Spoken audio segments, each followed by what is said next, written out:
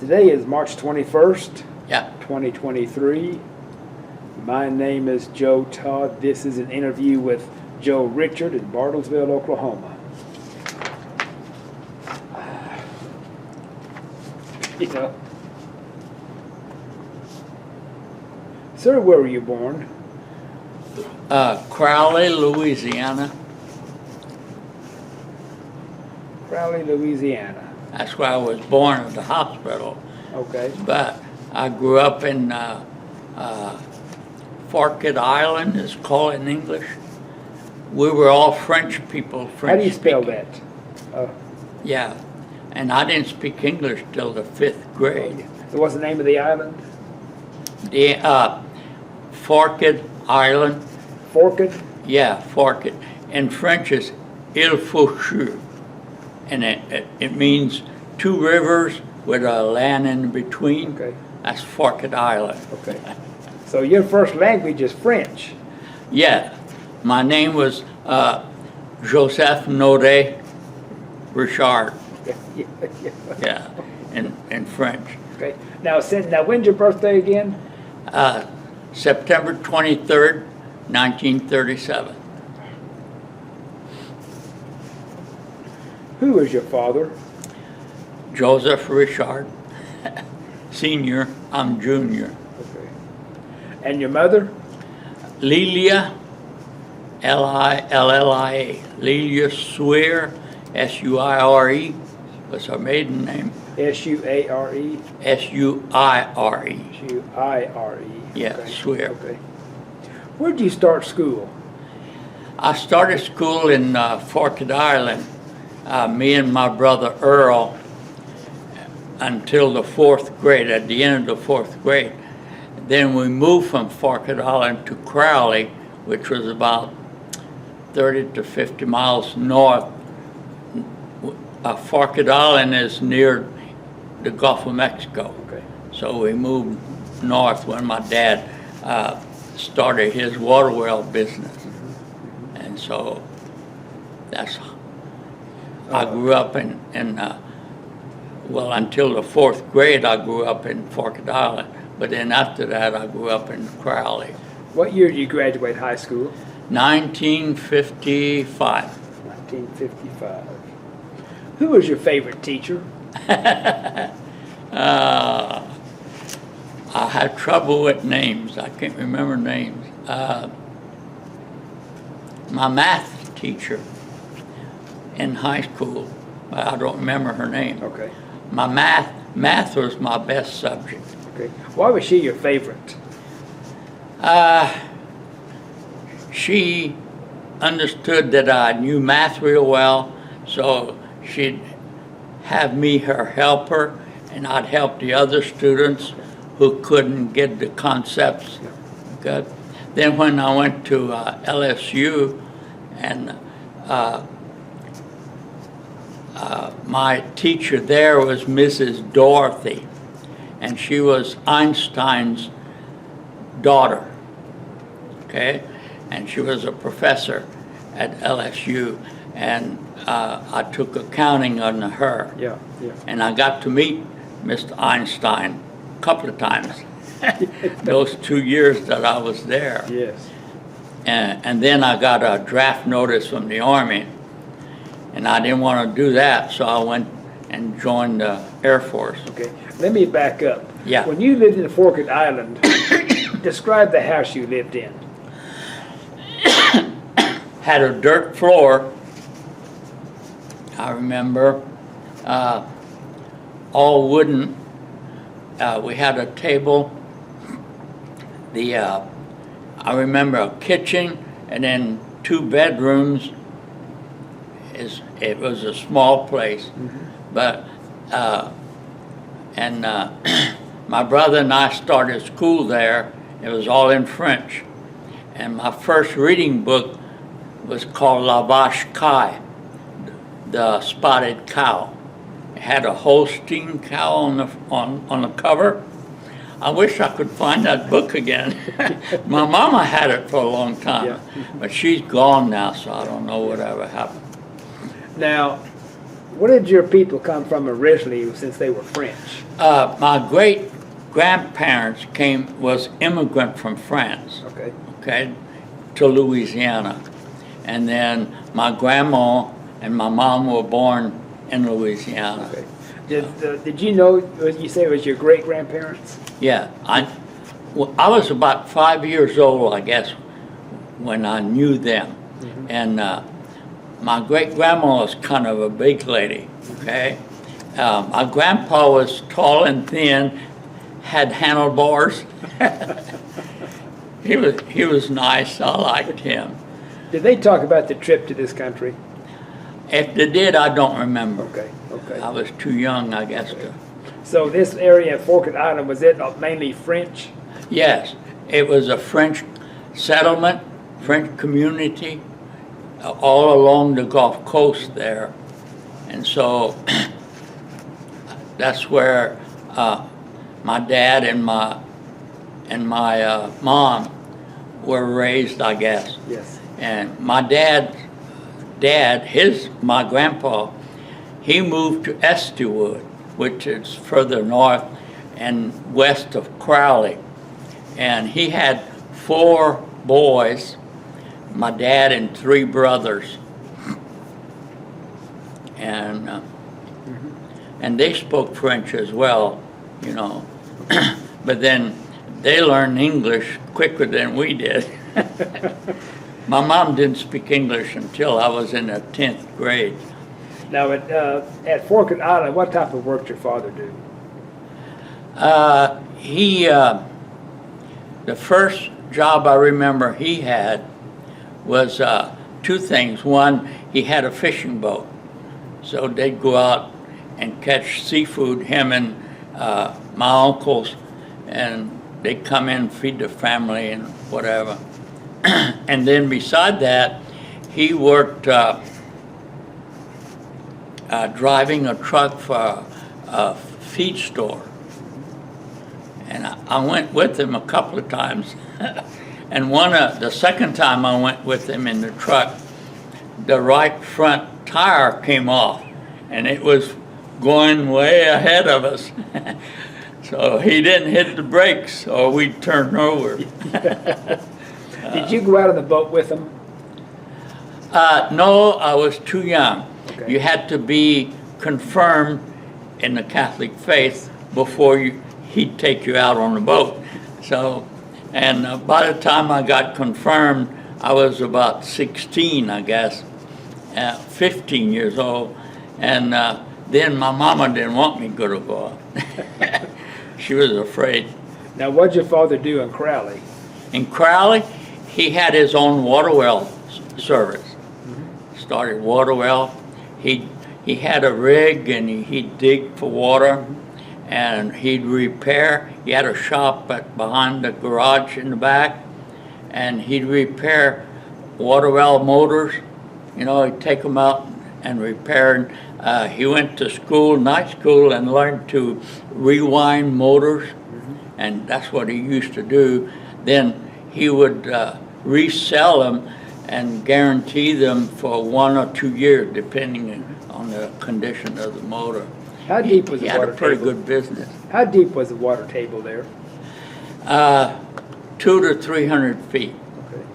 So Now, when you were young, what chores did you do around the house? around the house, I remember having shorts, and on my knees we had hardwood floors. I had to scrub those hardwood floors and then polish them, wax them. That's what I used to do mostly. Now, what about the floors in Forked Island? You said you had dirt Forked floors? Island was dirt floors, Yeah. and I loved to sweep them. My mom would hide the broom so I wouldn't be sweeping all the time. Yeah. So, after high school, you went to LSU? Yes. What did you study? When? What did you study? Oh, accounting. Okay. Yeah. Tell me about Mrs. Dorothy. Mrs. Dorothy. She knew, or she figured out I was real good with math. So she also had me help the other students that couldn't grab hold of the concept, so I used to help the students. Well, her dad, Einstein, was in Chicago, and he'd come maybe once a year to visit her in Lafayette. And when he did, she wanted me to come over for supper with her and her dad. So I thought about that, and okay, I'll go. So I went, but I didn't know who her dad was. Yeah. So she made stuffed cabbage. Oh, I love stuffed cabbage. Germans know how to make good stuffed cabbage. And of course I met her dad, Mr. Einstein. And I forget the word he called her, but he had a little name for her. But the impression I got from him, he was kind of not there sometime. He couldn't find his glasses. They were up on his head. He came in German they call that lenses. So he'd ask her, "Where's my lenses?" And she'd point like this. Oh, he'd bring him down. Plus he didn't have a belt. So she pointed to his belt. Oh, so he went back in the bedroom and got a belt, I guess. But he was a nice old man. I liked him. And you said you met him, what, a couple of times? Couple of times. Yes. Because he was called back. He had to cut his visit short, go back to Chicago. I don't know what for. And then the next week, he came back again to finish his visit. And that she had me go back and supper again. So. How long were you at LSU? 2 semesters. Okay. And then I got that draft from the Army. So. When did you get your draft notice?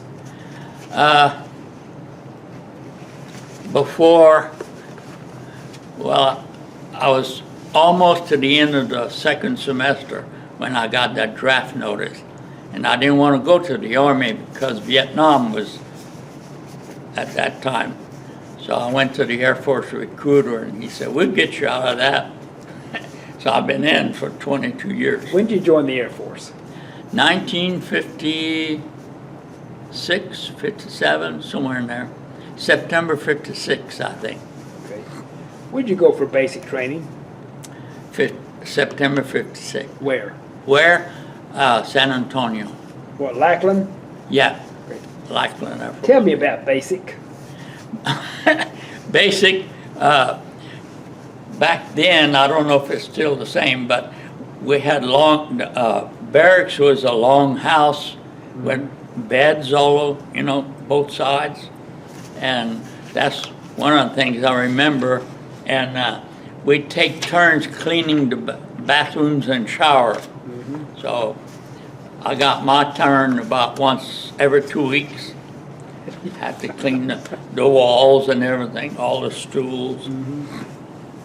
What type of training did you have in basic? In basic, back then, the only thing I knew my name was Richard. I never heard my name called Richard, okay? It was Richard, spelled like Richard, but in French it's Richard. And it doesn't mean Richard.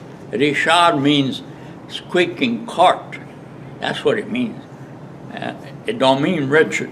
So I never heard my name Richard. Yeah. So in basic, we'd fall out, and stand at attention, and the TI, technical instructor, would call roll call. And he'd say, "Richard," and I didn't say nothing. And he said 2, 3 times. I didn't say nothing. I didn't know my name, Richard. So he come up and stand in my face. "What's your name, boy?" "Richard, sir." Oh, he got mad. "Don't you know your name, Richard?" "No." I had to come over that one. Now, were you speaking English very well at this time? No, I had a very heavy French accent. In fact, I was stationed on the hill here, and that's when I met my wife. And I often tease her that that's what made her fall in love with me, was my heavy French accent. Because when I was stationed on the hill, my roommate was a Jewish guy, and it took the first week we got to know each other. One day he says, "Frenchman, I'm going to teach you how to speak English correctly." Took him a year and a half, but he did. Well, every time I opened my mouth, he'd correct me. That gets old pretty fast, but I was patient, and I learned how to speak English correctly. How long did basic last? Basic was like 4 to 6 weeks. And where'd you go from basic? My first station was Missouri, and I was stationed in Missouri when President Kennedy got shot. Well, before that, President Kennedy came to Richards Gabor, where I was in Missouri. What's the name of the base? Richards Gabor, Where's that located? Missouri. I mean, where in Missouri? Belton, Missouri, Okay. which is just, be west of Kansas City, Yes. Missouri. Okay. Okay. And he came there because he had told Khrushchev to stop arming Cuba or we'd blow that island out of the water.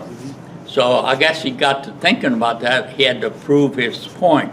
So Richards Gabor was the more central southern base that could carry out what he accused.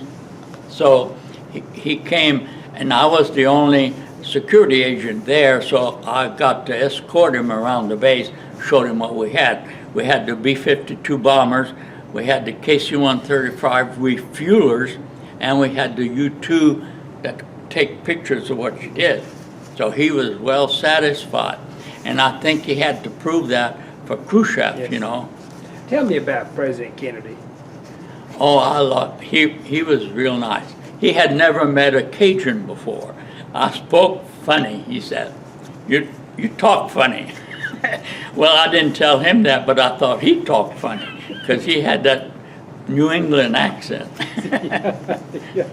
So I liked him. He was pretty. So you were during the Cuban Missile Crisis?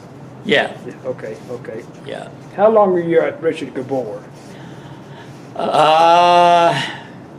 Must have been like 2-3 years. No, most bases I've been on was 5 years, and then they'd move somewhere else. So, and that's when I got married while at Richards Gabor. Okay.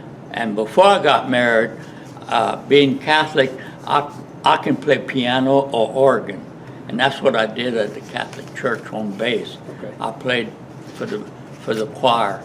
You know, had about 6 people on the choir. I was choir leader. Yes. My wife didn't know that for a long time. What's your most vivid memory of Richard Gabor? Richard Gabor, President Kennedy coming there, I think that was the most memorable thing. Now, you met your wife at Richard Gabor?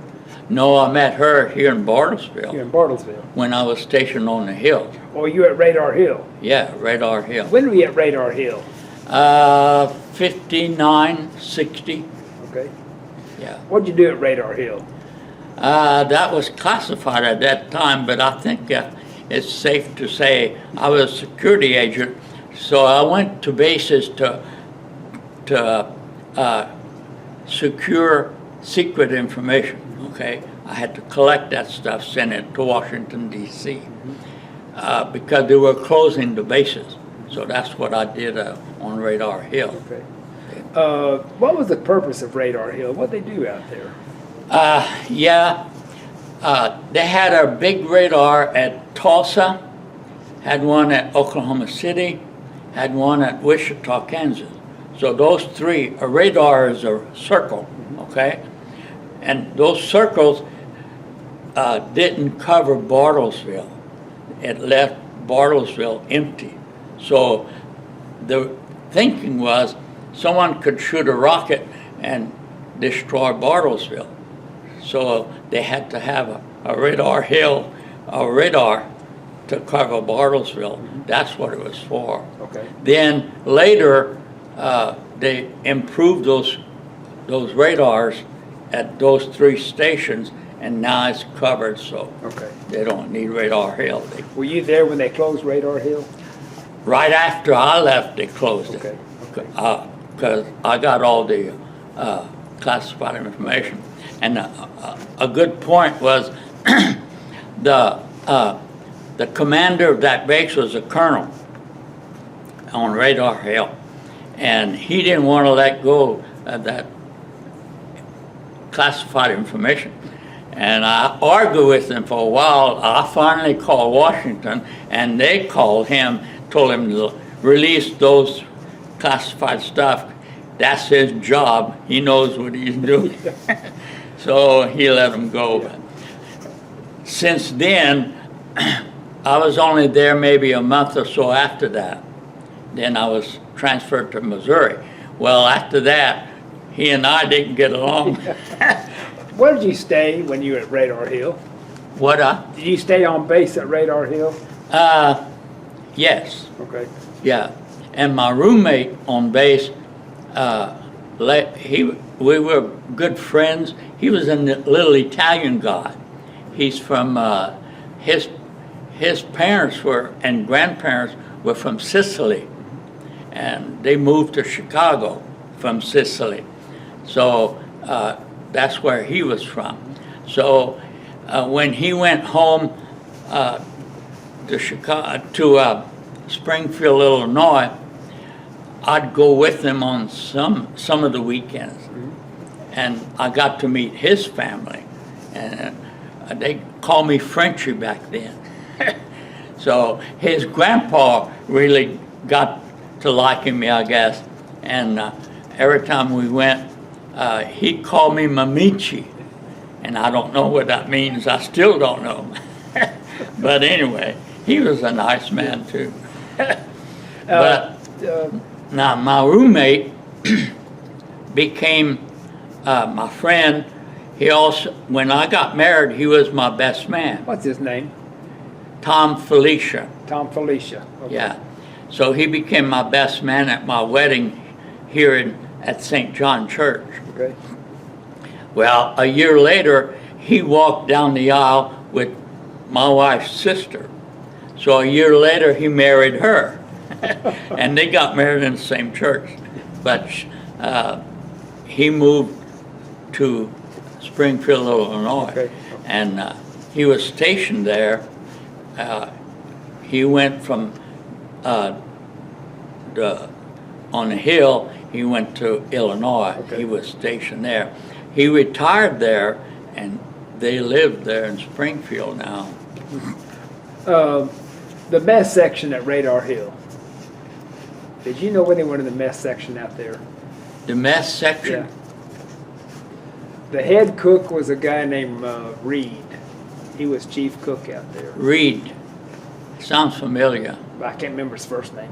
Okay. But I went to church with them. Oh, downtown. okay. Yeah. Okay. Reed. That sounds familiar. I worked at Nipper with a guy named Reed. Can't remember his name either, Yeah. first name. But I was the CDA, computer data analyst at Nipper. And my office, I was also the car rental agent. And I'd rent cars in Canada for the managers that would go for meetings over there. Well, can't remember what I was. Well, you were at Nipper and you rented cars. Yeah, I rented cars for them, but I was a CDA, computer data analyst. Okay. And I worked there 3 years, and then one Friday, I always locked the door at the end where I was. The other end of Nipper, the administration office would close that door, Yeah. but I locked the back door as I went out. I was always the last one to go out anyway. Well, 3 years later, on a Friday, I walked out, locked the door, and I was walking down the step, and I had a stroke. It's the last thing I remember. I don't remember how I drove home. Don't remember how I got there, but I did. And my wife noticed something wrong. So I went to the hospital, and I had a stroke. Where'd you meet your wife?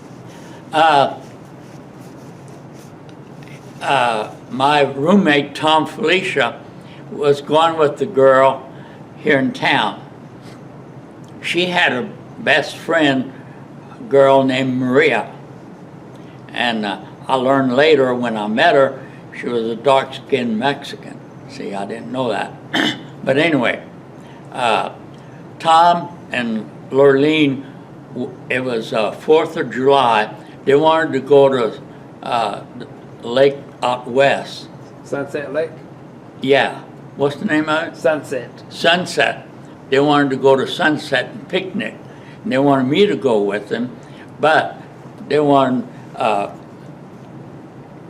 Lurleen wanted to take her best friend, and so I had to date her best friend. Mm-hmm. So we picked up Lurleen, and then we went to her best friend's home. Now, there's a little story there. When I was on the hill, 3 nights in a row, I had a dream, and in the room was 2 beds, and in between that was a picture on the wall. And the picture was a white house with a big, long porch on the front, okay, with 2 trees on each side. And they were mimosa trees. Those bloom pink flowers, Yes. smell real good. That's what was on the wall, okay. I had a dream that this beautiful dark-skinned girl came out of that picture, and she's standing in the room, and she'd say, "Hi." And I was there with my mouth open, and Tom would say, "Frenchie, say something." And that's when I woke up. 3 nights I had that dream. Okay. So we picked up Lurleen on the 4th of July to go to Sunset Lake. And her best friend had to go, so she was my date. So after picking up Lurleen, we went to this girl's house. Well, sitting there in front, I said, "Do I have to go in and pick her up?" "No, she'll come out, just honk twice." So I honked twice, and I was waiting for her to come out and was looking. There was the white house with 2 mimosa trees. Oh my goodness, I couldn't believe it. And out walks this dark-skinned girl, and she comes to the car, opens the car, plops in. She looks at me and says, "Hi." That's how I was, my mouth open. And Tom hits me on the shoulder. "Frenchie, say something." I said, "Oh, hi." And that started the dating from that time on. So a year later, we got married. Okay. What's your wife's name? Actually, it's Esperanza Maria Medina. Okay, Esperanza in Spanish means hope. Yes. Yeah, Esperanza Maria. And she's from so she Bartlesville. goes by Maria. And she's from Bartlesville. Yeah. Yes. Okay. Well, actually, she was born in Fairfax. Oh, okay. That's where the family came from. Yes. But they moved to Bartlesville. Okay. Her dad was hit by a train and killed when she was about 8 years old, and living in Fairfax. Well, her mom had trouble with the memories, so the boys moved her to Bartlesville, and they grew up ever since. Okay. So, where is Nipper located? Where's You said Nipper? Nipper? It used to be when I retired from Phillips, I went to work for Nipper for 3 years, and it's if you go, it's on the west end, and there's big brick buildings. I mean, Maybe. is it in Oklahoma or where? Oh, right here in Oh, Bartlesville. it's in Bartlesville. Okay, west side of Bartlesville. Yeah. Okay. On northwest side. 60. Yeah, I think it's 60. The Highway 60? Yeah, it goes north all the way. Okay, it passes Nipper. Okay. Okay, So it's on the west side of Bartlesville? northwest side of Bartlesville. Okay. And it's a bunch of brick buildings. But now I understand the Indians own it, but it's not Cherokee or Osage, Delaware. Delaware. Delaware bought it. So Okay. now it's the Delaware Center. Okay, okay. Now, how long were you in the Air Force? 22 years. Okay, from Richard Gabor, where did you go? From Richard Gabor, I went overseas to Japan. Japan. Yeah. How'd you travel to Japan? I flew from Louisiana, where I grew up, because I wasn't married yet. From Louisiana to California, and then I flew on the Tiger Line to Japan from California. What'd you do in Japan? In Japan, I was a security agent the first time, and I worked, again, looking at records and securing classified information.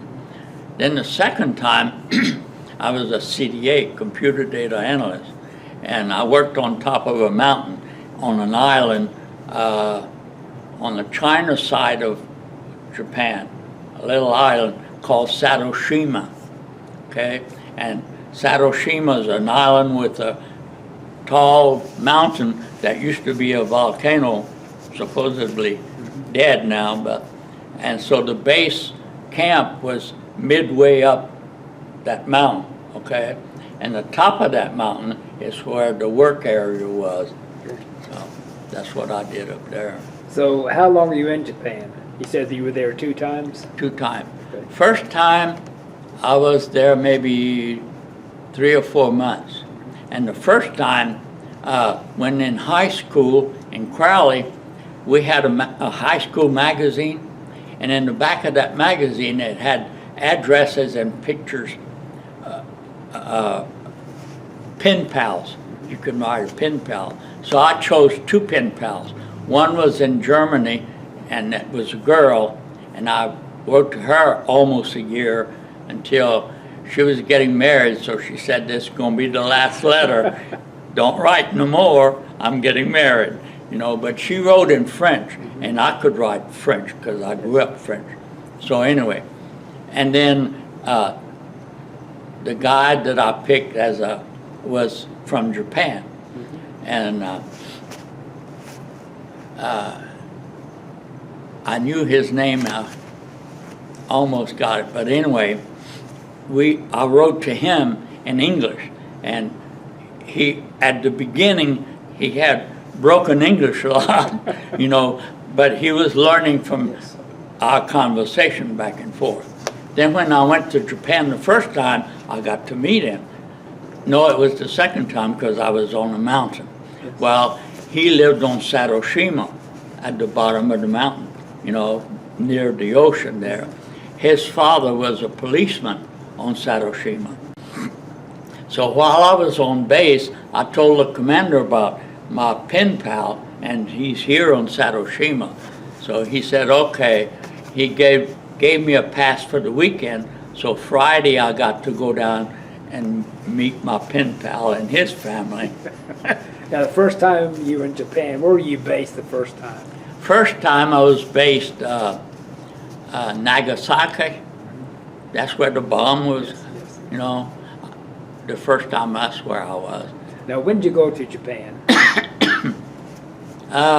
About 56, 57. Okay. Now, you joined the Navy in 56. Air Force. Air Force. Yeah. And you went to Japan in 56? 57, actually. Okay. Yeah, a year after. So that's the first place you went was Japan? Yeah. Okay. And you went there right after basic training? No, basic training, I went to Missouri. Okay. Okay. So you went to Japan after Then I went Richard to Gabor.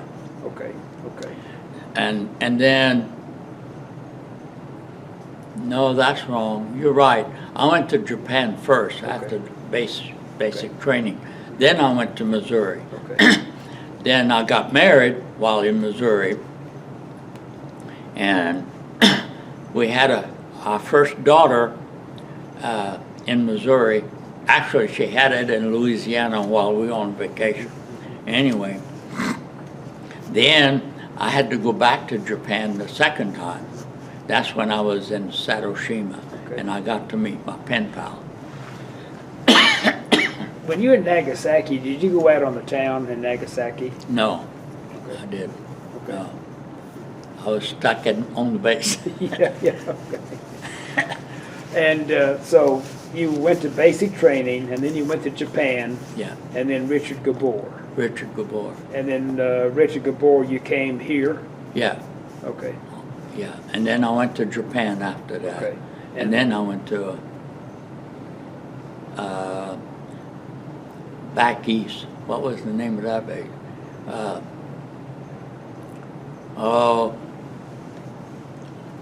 What's the state that's way up? The Maine? Maine, yes. Kittery, Maine. Where? That's Kittery? Kittery, Maine. Okay. Kittery, Maine. I went What'd there. you do there? There I was a CDA. Because I had to get out of security service because it didn't work with my marriage. Because I couldn't tell her what I did, where I went, you know. Yeah. And that wasn't going to go. So you got married here in Bartlesville? Yeah. St. John's Church. When were you married? 1962. 1962. Yeah. St. John's Church. June, yeah. Remember, who was the priest that married you? Do you recall? Father Lynch. Father Lynch. Yeah. They had Father Lynch Hall there at the church. Yeah, right. Tell me about him. He was pretty nice. You know, I didn't pay much attention then because I wasn't a deacon then. But while I was stationed in Washington, I became a deacon over there in Washington State. But Father Lynch was a pretty nice guy. He married us, and we had, oh yeah, that's a big story. When I grew up in Louisiana, when I was 4 or 5 years old, I had trouble with my legs. My legs didn't develop like they should because my hip bones were too close together, pushing on the spine, so it prevented my legs from developing. So all of my young life, I had problems with my leg. My brother, Earl, would help me a lot, you know. Walking to school, I had to stop every once in a while and rest. I couldn't walk. So anyway, and then when I was 18, when I was 9, I had an out-of-body experience where I caught typhoid and malaria both at the same time. And that was real bad. The only thing they could offer me, the doctors, was quinine water, but it really didn't help. So then that affected my legs a lot and my brain, but I lived through that. But while I developed a high fever during that time, and prognosis was he'd go into a coma and he may not come out. That's what the prognosis was. Well, I did go into a coma. While in that coma, I had that out-of-body experience, and that affected me a lot, spiritually and, you know. And so anyway, after that, I was close to my grandma because she took care of me after that sickness. So once a week, I'd go stay with her at her little house. And then, well, she kept saying, there's something different about you, Jose. Well, not Jose. J.N. is what they call me, Jeanne in French. So anyway, kept telling me there's something different, what's going on. So then I told her the story of the out-of-body experience. So she said, oh my goodness, we got to go see the pastor. So she took me to the pastor. Well, when she did, she told him why we were there. So pastor said, that was Father Schickschneider. He said, well, you go somewhere and get coffee. Leave him alone with me and I'll take care of it. So I had to tell him that story, and I did. And he was very listening. Well, for a couple of months I had to tell that story again to him. I guess because he wanted to know for sure, you know, if this was real. Well, it was. So anyway, Father Schickschneider, I told him during the story that the angel told me that my pastor would become a bishop. Then a little while later, he would become an archbishop. I told him that. He smiled, didn't say anything about that. Well, years later, he did become a bishop, and he did become an archbishop, okay? Archbishop of Lafayette. So when I was ordained a deacon, I was already married, and I sent an invitation to Father Bishop Schickschneider that I was being ordained a deacon in the church, and I wanted him to be there if he could. So I was ordained on a Saturday morning at 9 o'clock. So we had a chair for the archbishop, and of course priests and deacons, and the bishop from Tulsa was coming. So he's the one that did the ordination. Well, Bishop Schickschneider was coming, and so I sent my card that I got from Bishop Schickschneider to Bishop Slattery and told him the bishop's coming to my ordination.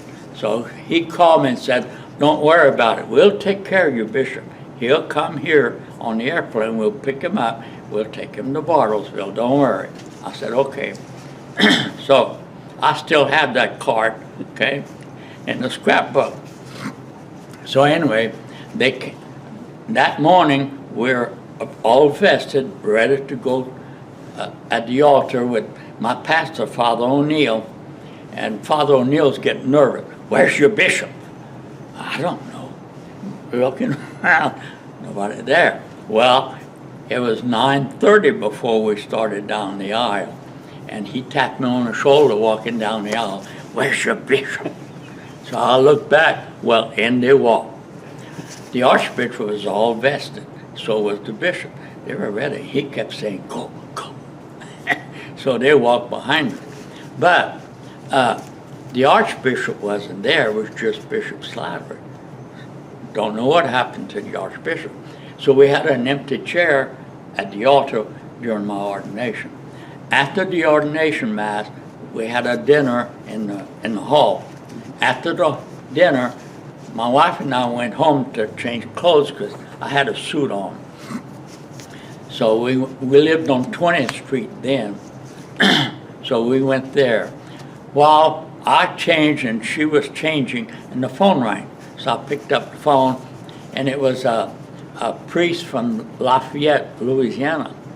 And he said, are you Deacon Joe Richard yet? I said, yes, I am, Father. He said, well, welcome, Deacon Joe. He said, I have bad news. I said, okay, what? He said, we found Bishop Schickschneider dead at his desk, holding an airline ticket to Tulsa. He died sitting at his desk. He didn't make it. I said, well, we noticed we had an empty chair. So anyway, we talked a while, asked if everything was okay. He said, Joe, we found a shoebox full of letters from you that Bishop Schickschneider kept. Do you want me to send them to you? I said, no. If you got you keeping stuff from the bishop? Yeah, we are. I said, well, just keep them with his stuff. He said, okay. He said, well, why you write so much? I said, well, when I was 9 years old, had an out-of-body experience, and my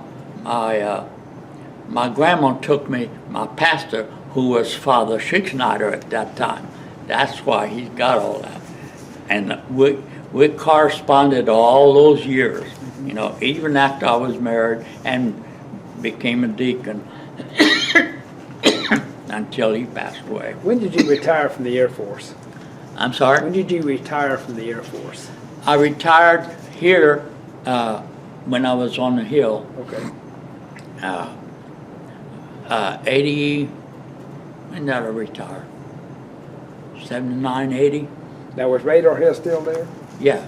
Okay, and Now, because I thought they closed that back. no, wait a minute. That's not true. They closed that back in the 60s. I left the Hill and went to Missouri. That's right. I retired from, I was stationed in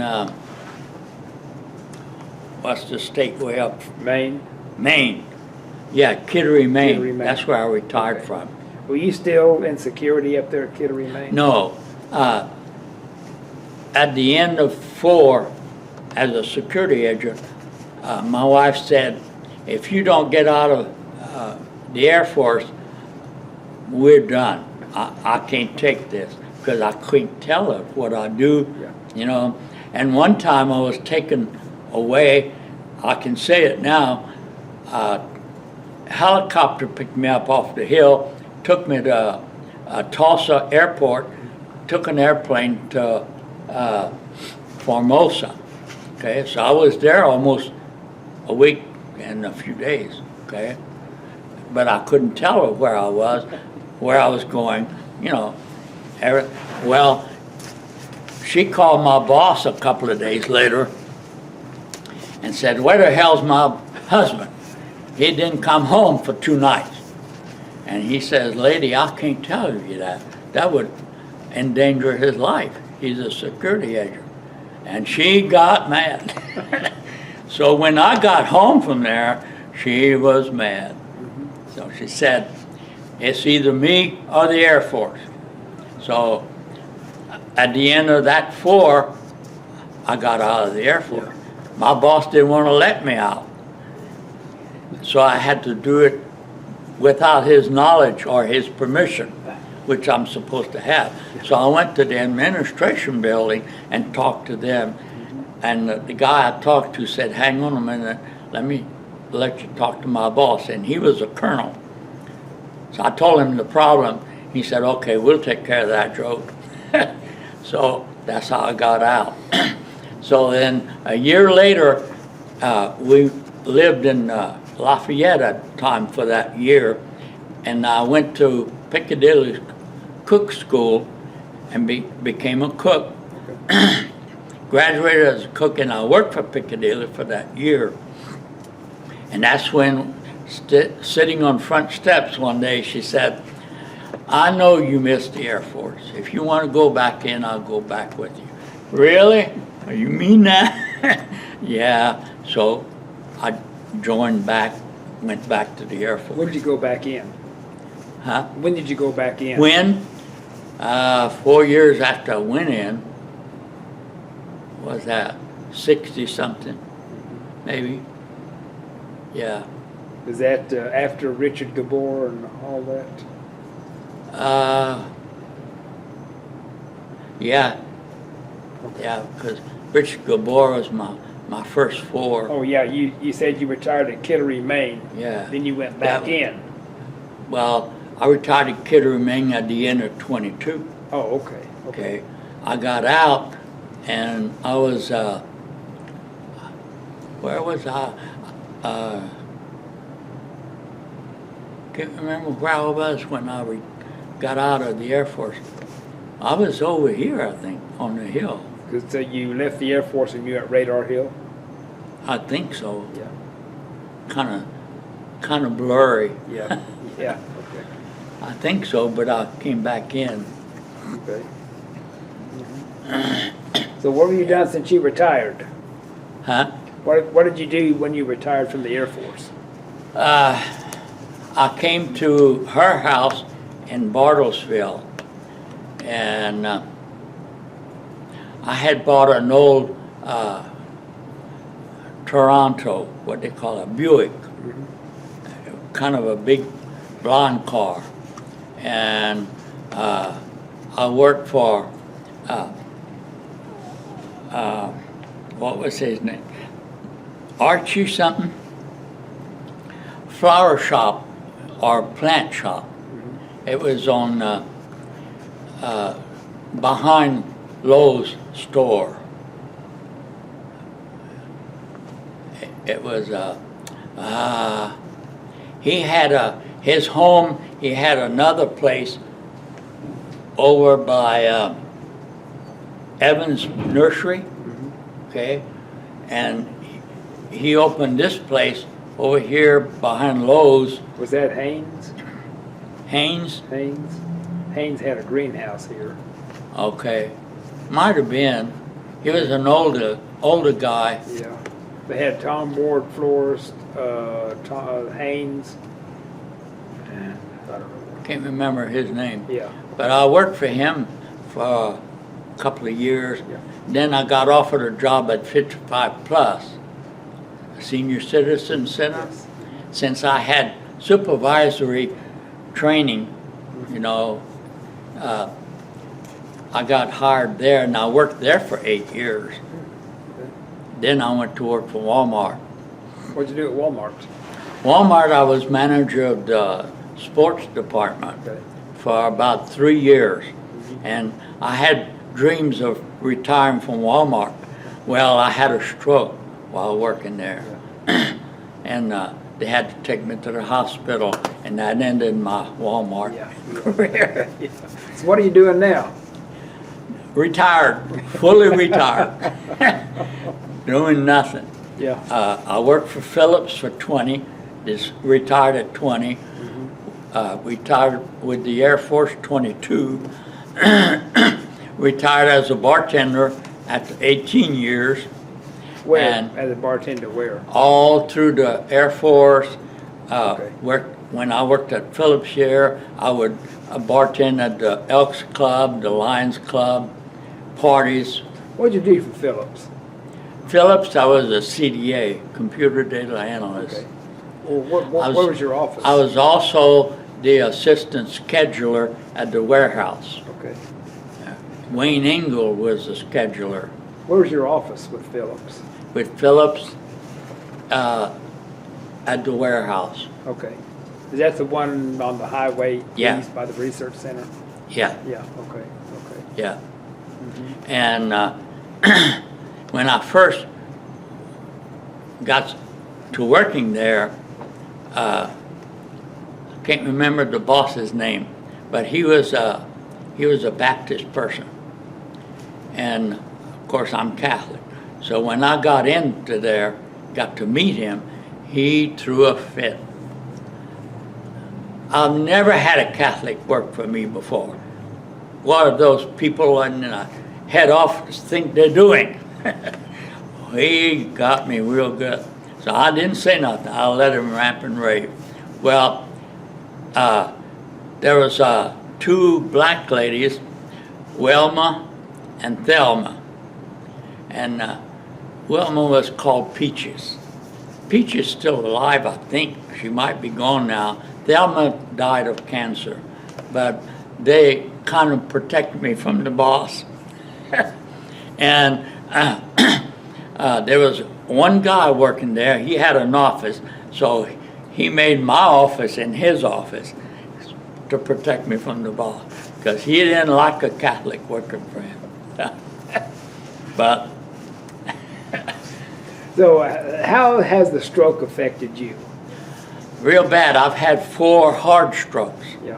and over the years, and each time about a week or so in the hospital, then going to therapy for almost 6 months plus to get back what I lost.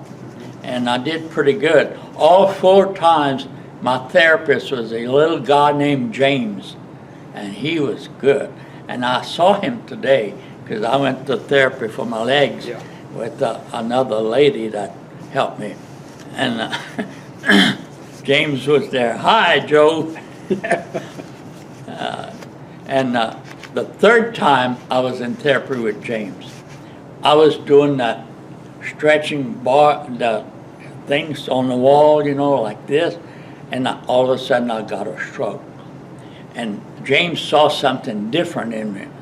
And, Mr. Richard, are you okay? And I couldn't answer him. But I did manage to tell him, call Maria. So he called Maria on his cell. She said, James is having a stroke. You need to get him to the ER. Well, the ER was right next to the therapy center. So he got me in a wheelchair, wheeled me to the ER. And when they got me on the hospital bed, a female nurse and a male nurse put me on that hospital bed. James was standing there watching, and that's when the stroke hit, and you flop around like a fish when that happened. So they had to strap me down so I wouldn't hurt myself. And later the nurse told me that James' eyes was big. He had never seen someone have a stroke before, especially flopping around like that. See. But now, your legs, how are you affected by your legs? This right leg from the strokes, therapy couldn't get back all the strength in the right leg like they did the left. The left was pretty good. The right, for years I've been stumbling and, you know, had to watch. I fell 3 times with that leg. Going up and down steps was a problem. Okay, well, with this therapy now, Dr. Dykstra is my cardiologist, and he thought that's what was wrong, you know, that the brain wasn't sending signals to that leg to make it work, especially lifting it up to go up steps. Yeah. So he got me started in therapy, so that's what we've been doing, and I'm doing a lot better. So it's been 3 weeks now, so started the 1st of March. So well, good. So you're doing better now. Doing better. Okay. Yeah, getting there. Would you join the Air Force again? I don't think so. I'm too old. I don't think so. I'd like to do a word association. I'll give you some words and you give the reaction. The first one is basic training. When you hear basic training, what do you think of? A lot of exercise. A lot of exercise. And marching, you know, being in precision with other guys. That's what it's all about. Radar Hill. Radar Hill. Radar Hill, I was a bartender. I was a security agent then, fighting with the commander. And my roommate was also a bartender, and he became my brother-in-law because he got married with my wife's sister. So why were you fighting with the commander? He didn't want to let go of classified information. Okay, yes, you told me that. Yeah. Okay. Richard Gabor. Richard Gabor. I escorted President Kennedy there. That was the highlight of Richard Gabor. And he thought I talked funny. United States Air Force. Yeah, 22 years, United States Air Force. I made rank pretty good. I retired as an E6, technical sergeant in the Air Force. So I did pretty good. Yeah. Dwight Eisenhower. Dwight Eisenhower. Yeah, he struck me as absent-minded, but he was a nice guy, you know. He knew his stuff. He's a very smart mathematician, you know. I was impressed. Okay. John Kennedy. I liked John Kennedy. When he first got there, I was a security agent, and I met him, shook hands, and we were walking around the base. I was showing him what we had. B-52s, KC-135s, U-2s.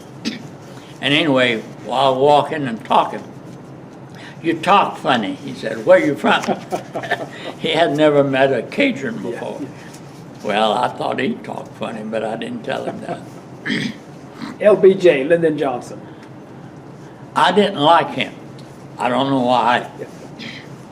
He became president after President Kennedy. Yeah. I guess he did okay. I don't know. How do you want to be remembered?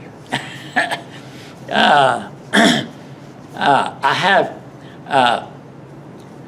keep scrapbooks as my hobby, but I guess I'm multi-talented. My father was that way. He's a jack of all trades. He could do anything. Well, I'm kind of that way too. You need something fixed, see Joe. He'll fix it. Or put it together or whatever. So I guess my youngest daughter said, "Dad, you need to write all this down. We'll never remember all that when you're gone." So I did. I started writing all the things, you know, and I made a little portfolio, you know, a folder. And well, Anna's got it now, my youngest daughter. She won't let go. Where did she live? Here in town. Yeah. Yeah. Okay. Yeah. What's her name? Anna Richard. Okay. Okay. Oh, I didn't ask. Do you remember World War II?